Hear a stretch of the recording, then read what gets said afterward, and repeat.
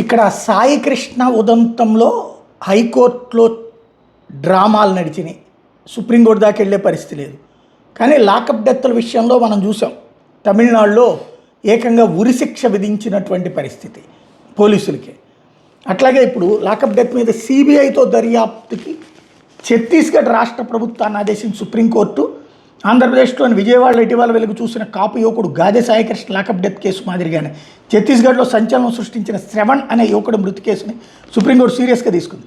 ఏవైనా ఆరోపణలతో పోలీసులు అదుపులో తీసుకున్న వ్యక్తి ఒకవేళ కస్టడీలో మృతి చెందితే చట్టం ఎంత కఠినంగా ఉంటుందో స్పష్టం చేసింది. శ్రవణ్ అనే యువకుడి మృతి వెనక జరిగిన కుట్రను పోలీసులు కప్పిపుచ్చే ధోరణిని తీవ్రంగా తప్పుపట్టిన సర్వోన్నత న్యాయస్థానం డీజీపీ మీద తీవ్ర ఆగ్రహం వ్యక్తం చేసింది. ఈ మొత్తం ఘటన మీద సిబిఐతో దర్యాప్తుకి ఆదేశించింది. మధ్యంతర నష్టపరిహారం కూడా ఇవ్వమన్నటువంటి ఆదేశాలు ఇచ్చింది. తద్వారా ఇప్పుడు వైఎస్ఆర్ కాంగ్రెస్ పార్టీ అయితే వీళ్ళకి సహకరించడానికి సిద్ధంగా ఉంది. కానీ మరి వాళ్ళ అమ్మ ఇప్పటికీ 4-5 సార్లు స్వరం మార్చిన నేపథ్యంలో ఏం జరుగుతుందో తెలియదు.